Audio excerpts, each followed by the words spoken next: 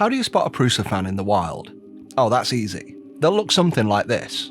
With all the apparel and devoted enthusiasts coupled with a beloved back catalogue, I think it's fair to describe Prusa as the indie rock stars of 3D printing. And I have to admit, I've been bit by the bug a little. I do have a growing fondness for Prusa as a brand. I want to wear the t-shirts, the hats and the hoodie, even though I've got no idea what this slogan on the back actually means.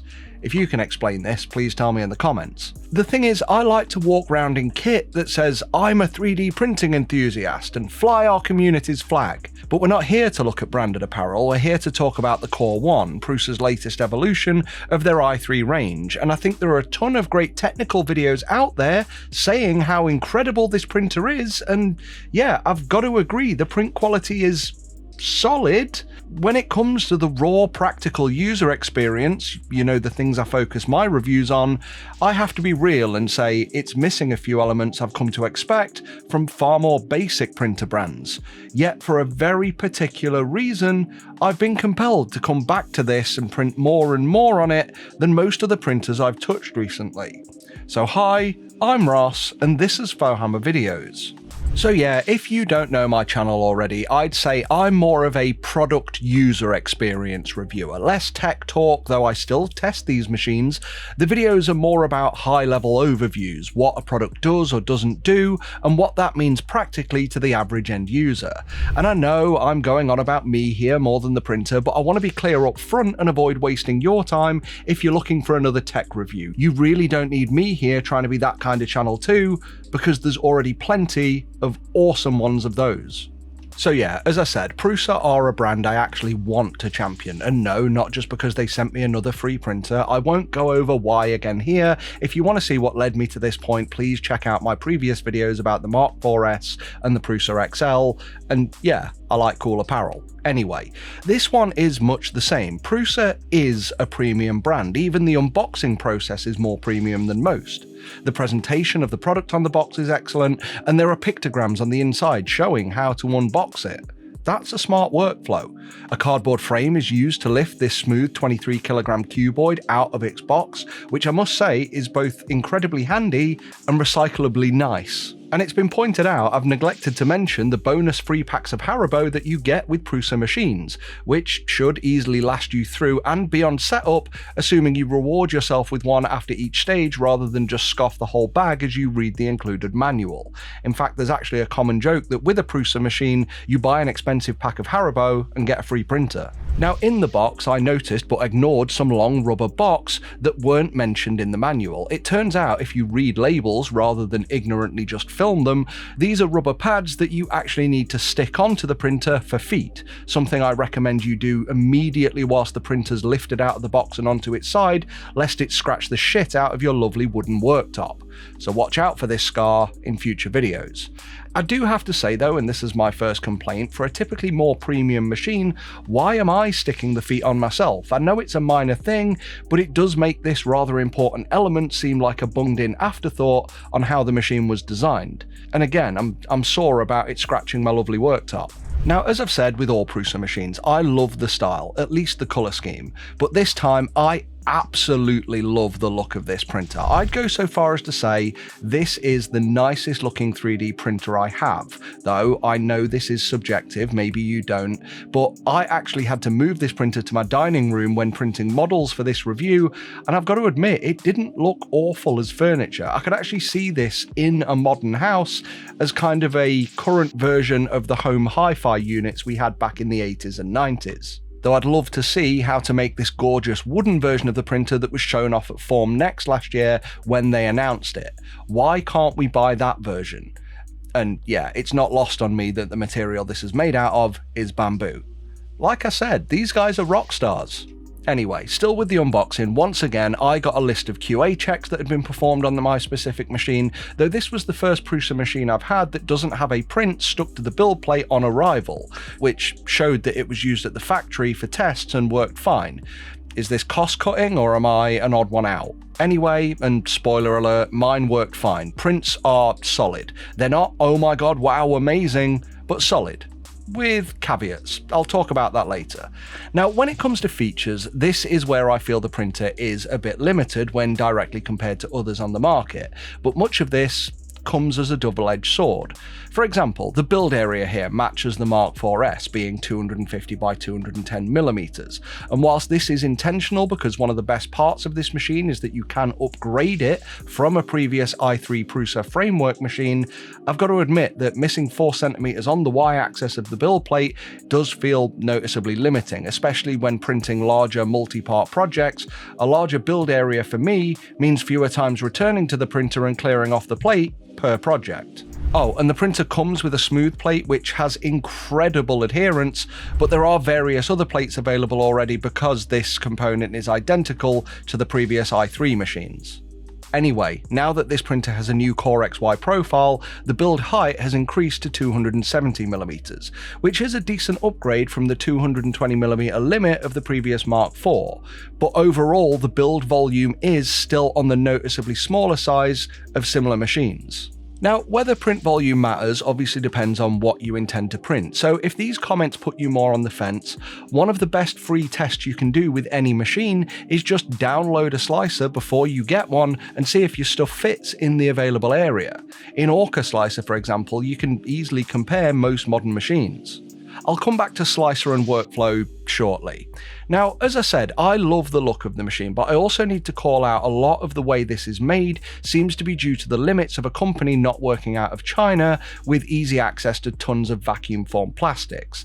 Beyond the mechanical components, the printer is made from sheet metal, 3D printed parts, and dark perspex panels, which are just pinned into the metal frame with plastic studs. Now, this is where we come on to one of the first of my many mild frustrations.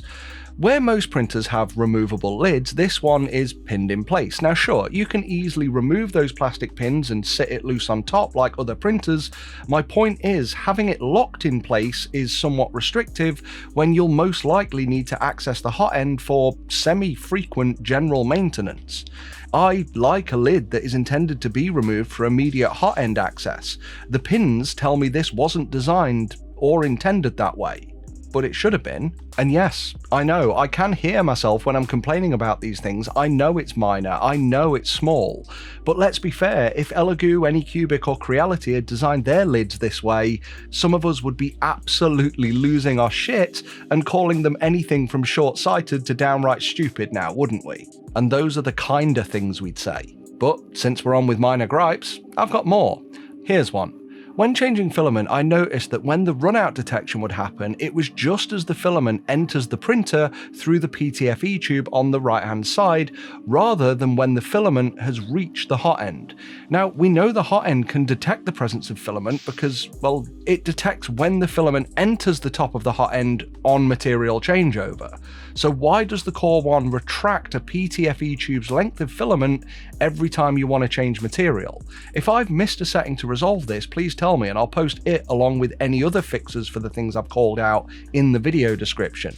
And again, not a huge problem, but respectfully, it's still something that many cheaper machines have overcome. Speaking of the filament, let's talk about mounting. So this mounts onto the 3D printed reel holder recessed into the right hand side of the printer. And this is a neat and tidy place to put it, with the PTFE tube also in a sensible location for easily feeding the filament in. I actually like this more than I thought I would. It's really tidy and it helps with the overall look of the machine, though this is at the cost of some internal space. So again, build volume. But I do like some of the designs I've seen for these recesses where you can make a filament door for the right hand side and a tool holder for the left. And with the case being magnetic, this is great for tinkerers adding customization options. But I'm also keen to see Prusa's version of a filament enclosure, or any enclosure that doesn't look like a bellows. But maybe this isn't their angle or their target audience, which more elements of this printer will come to show. But it was also when changing filament during the many prints I did that I feel I'm missing things here that make my life a touch more convenient. There's no dedicated purge chute and no nozzle wiper, so again, small but missing conveniences that I have on other cheaper machines. And what I found really fun is that every time I did a filament change on the many prints I did, I had to open the door to remove the floating line of filament, so the door sensor would then tell the printer the door is open and display a full screen message until I closed it. right at the time that I actually want to be controlling the UI to tell it, yes, the purge filament is the right color, please continue. And yeah, okay, maybe it's just me, but I found this warning along with stopping and pausing the print every time the door was opened to be highly annoying. I understand it from a safety perspective. I understand that the printer doesn't want to be printing at any time there's a risk of an environmental temperature change. I understand why it's on by default, but as a home user with a single printer printing PLA, it was one of the first things I turned off. So moving on to features this printer does have, rather than just whinging about ones it doesn't, the Core 1 has built-in Wi-Fi and Ethernet, and you can connect to the slicer via Prusa Link or Prusa Connect for LAN or cloud-based printing and monitoring respectively. But something it doesn't have, there's no webcam in this machine by default. There are already mods so you can add one, and it natively works through the printer and the slicer, and Prusa are releasing their own. And I honestly, well, I don't mind this too much, but you tell me, is a webcam more of a feature you want in a printer as standard, or are you glad this is more of an optional extra because you don't need it? And I'll tally up who says what. But I think the question we're going to answer by the end is, are you the sort of person this printer is even aimed at? But since we're talking about features that could be seen as an unnecessary expense of hardware in a machine that you don't want to pay for because there's not much value in it, I have to bring up the NFC reader on the back of the machine. Because like the Mark 4S, the only function I see this performing is so that you can use the Prusa app on an NFC compatible phone to send your Wi-Fi credentials to the printer once during initial setup. And this time this didn't even work for me despite it working fine on the Mark 4S, the printer that this printer is the next evolution of. And the instructions for other methods of connecting to Wi-Fi during the out-of-box experience just didn't marry up what it said on the printer and what I could do in the app. So I did it manually with an on-screen alphanumeric keypad. And this is a touchscreen in 2025. Now, I've said before in previous Prusa reviews, and I'll say it again here, I find this control dial along with the UI a bit legacy now. Where other machines have moved to more infographic styles of display, Prusa has stuck with lists, and they kinda have to in order for this dial to still work with the UI. Anyway, I was talking about the NFC reader. What is the actual point in this beyond adding Wi-Fi credentials? It'd be great if it were, I don't know, maybe able to read NFC tags in spools of Prusament and tell the printer what's loaded so that it can sync back to the slicer. Maybe it could even track usage so you know how much is left on each spool remotely. Seriously, if this component has any value beyond Wi-Fi credentials, please tell me, and again, I'll update the description. But before being snarky with your comments, please also be aware of when this video came out, because yeah, my complaint here will look especially daft if they add a use for this later. And I have to say, yes, I know I'm dragging this on, I know I'm being more apologetic and cautious with my criticisms in this review than most. I'm pretty much backtracking or talking down everything I complain about, but it's because I'm conscious of the people out there who are maybe a little more extreme in their devotion to Prusa. And yeah, because I read all my comments, I am nervous of inviting that wrath. I'm a sensitive guy. By all means, if you think I'm wrong in anything, please tell me. Just do it kindly. These are only my opinions after all. But speaking of Prusa fans, the Core 1 has two in the back of the chassis. This is Prusa's first enclosed Core XY machine, and one of the main benefits of these types of setups is environmental temperature control. Now for me, I just prefer a Core XY because it looks tidier. But yeah, it's for environmental control. Material like PLA wants to be kept cool, and materials like ABS wants to be kept warmer. And to manage internal temperature, these two fans on the rear of the machine are designed to do that, and between these is the chamber temperature sensor. Air blows out to the chamber through these fans and in through the manually openable vent in the top of the lid. I say lid, but as we've established, top cover. Now, I'm not an airflow engineer, but I have many other printers that have got more of an air blade outlet for what appears to be more directional part cooling across the surface of where the nozzle is. Here, this printer has two case fans and what Prusa call the 360-degree cooling fan on the hot end, which I expect would work fine on an open-air bed slinger, but I'm presuming this is less effective in an enclosed chamber. Because what I do know is that the printer struggled to keep the chamber below 30 degrees Celsius, despite this being near an open door and the environment air temperature was nearer 15 degrees. Now thankfully this was still cool enough for PLA, so my prints were fine as I said, but if you have a print farm full of these, what's temperature management like on yours? Please let me know in the comments. Now moving on to the slicer, as always I've been using Prusa Slicer on Prusa Reviews because it's the intended software for these printers, which, as I've said before, has more of a techie interface than the filter it's gone through on the way to what is now Orca Slicer. And for reasons I'll come on to, I really spent a lot of time in the slicer this time round, and I was constantly asking myself, so that I could be objective, is the Orca UI better, or am I just more used to it? And after hours now, I can confidently say that I feel Orca is objectively better in terms of layout and workflow. I'll give a clearer example in a moment. Now, when it comes to printing quality, as I said before, it's solid. Well, I'd say it's fine. It's not incredible, it's not wow. The Benchy test that's loaded onto the printer was fast, but like most fast printers, the quality suffers a little bit with the increase of speed.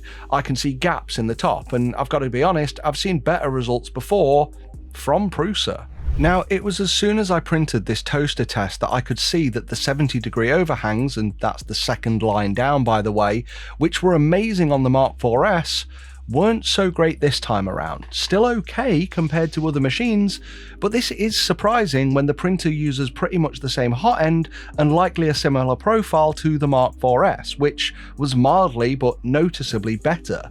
So I wonder again, is there a temperature issue? And I don't seem to be the only person noticing this, as there are a few forums online with people talking about it, and All3DP even have an article about it. So I find it strange that such a self-lauded feature of the last evolution of Prusa printer hasn't been matched here in terms of performance. All the benefits of better overhangs, such as fewer supports needed, were praised on the Mark IV's. And maybe you see this as another minor thing I'm whinging about. But the point is, Prusa can't have it both ways. It can't be, oh my god, wow, look at this on the Mark IV's, but now a marginal issue, to quote the article from All3DP. Especially when it's published on the front page marketing material for the Core 1. Prusa can't claim the Core 1 is flawless when the Mark IV's was visibly more flawless. Flawless by definition is an absolute, and here, there are flaws.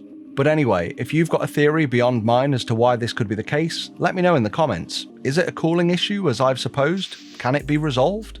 And finally, another called out feature. When it comes to speed, well, as I'm about to explain, I printed lots on this printer, and whilst the quality was okay, I also noticed that the profiles for print speeds were rather conservative when compared to similar printers, maybe 20 to 30% slower. And again, this is something you can test for free yourself with the profiles in Prusa Slicer versus the profiles in other slicers, just compare the estimates. Anyway, coupled with the slightly smaller build plate than what I'm used to, this machine was printing almost non-stop for just over 3 weeks. But here's the twist, which means, haha, caught you, angry Prusa fan who already left a shitty comment, because the thing is, I probably actually agree with you. I'm a big fan of this printer. The key is understanding what type of user it's made for.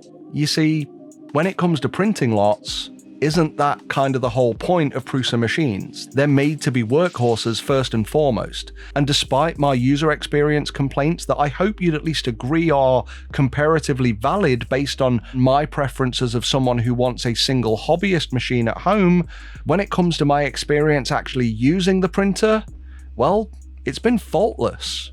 And you see, it got me. With most printers I review, I'll do the tests, see the workflow, check the features and compare them to what I think is common sense. I'll highlight any issues and sometimes print an attention-grabbing model to showcase in the video. And that was my plan here. I wanted to print some more models by Tame Grips that you'll keep seeing until I've done his full collection, because they're now all free on Cults and I hope he makes more. This time I wanted to print both varieties of this pulse rifle, and that was about 8 to 12 plates worth of printing. Now, this would have been easier if Prusa Slicer didn't have some odd limit of 9 build plates per project, so please can you extend that limit, Prusa? But anyway, it was the printer's workflow that got me. After setting up each plate, I'd send it to the printer via Prusa Connect, but you could actually add this to the print queue, meaning once a print was finished, you simply had to go to the printer, empty the plate, reinsert it easily thanks to the 2 guiding pins on the back of the build platform, and hit ready on screen, which is actually the default option to hit at the end of a print. Lo and behold, your next print begins immediately. And it was this process that kept me coming back to each next print like I was playing Fallout 3. You know, if anyone can relate to that mindset of, all right, just one more quest and then I'll go to bed. Here it was, okay, I'll just add one more thing to the list, and one more for fun, and one more. I just kept adding more plates when I had a few minutes free. And that's why I ended up printing 2 more of these profiles. Well, that, and it was for the greater good. And I know only a few of you will get that reference, so again, pop it in the comments. But anyway, this time I printed them in Prusa branded colours because, well, again, their branding has also really got to me. But it was whilst printing all this that I think I've realised who this printer's aimed at. It's not for the average hobbyist home user like me, it's for the prosumer. And that is kinda who Prusa are aiming their machines at.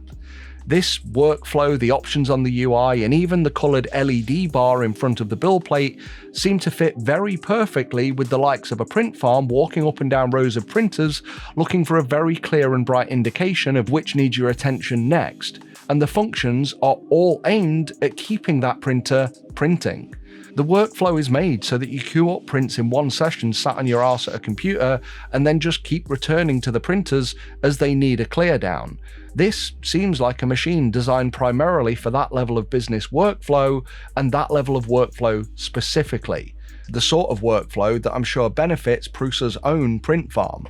These machines are very obviously built from their perspective and what they want. We just reap the benefits of it, but they're not made with the perspective of the home user in mind. And I guess that's fine. The things I want, like purge chutes, enclosed filament boxes, or automated material changes, suit me as a home user who, yeah, I chop and change between projects and colours and filaments on a whim. But in a farm, in a business workflow, burning through reel after reel of the same filament, who cares about the features I want? So to conclude, you're probably asking, is this a good machine and is it worth your money? Well, I'll say it again. I think there are some rather common modern convenience elements missing here. Probably nothing earth-shattering or damaging, just things I personally find helpful in other machines for me as an average home user. And I'm a little underwhelmed with its current PLA performance, which tells me I'm going to need to revisit this printer in the future once there's been some updates. Maybe I should actually go through the process of upgrading my Mark IV's to a Core 1 just to get more hands-on experience with building and maintaining a printer. I think that'll be an exercise worthwhile. What do you think? Is that a video of mine you'd want to watch? But anyway, the thing is, you don't buy a Prusa for the latest high-tech features anyway, you buy it for reliability. If you stack this or any Prusa machine up on paper against any similar machine, the other machines will probably outshine Prusa in various ways. Speeds, flow rates, lists of features, price.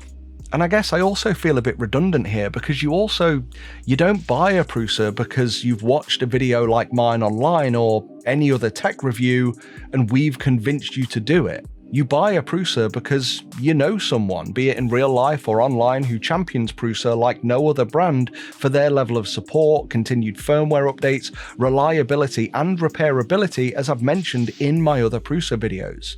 You buy a Prusa because you want to invest in a 3D printer, or maybe you've got more of a business use for it and the workflow and reliability suits those needs at the price it costs. You buy it because you want to upgrade to the next generation when it becomes available rather than buy a whole new printer. As I said, they aren't pushing more features, they're pushing reliability. Sure, it's a different angle to what other brands are doing, but they're sticking to their guns and they're the only ones doing it.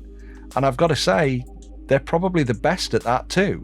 And that, along with the apparel, the fans, and the energy amongst the community of Prusa users, is what makes these guys the rock stars of the 3D printing industry.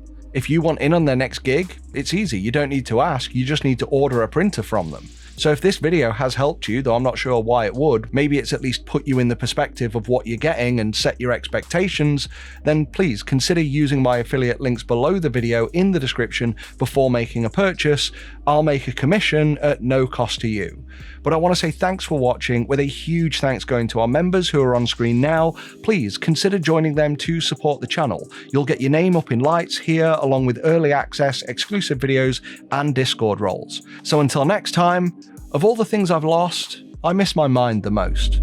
Fohammer out.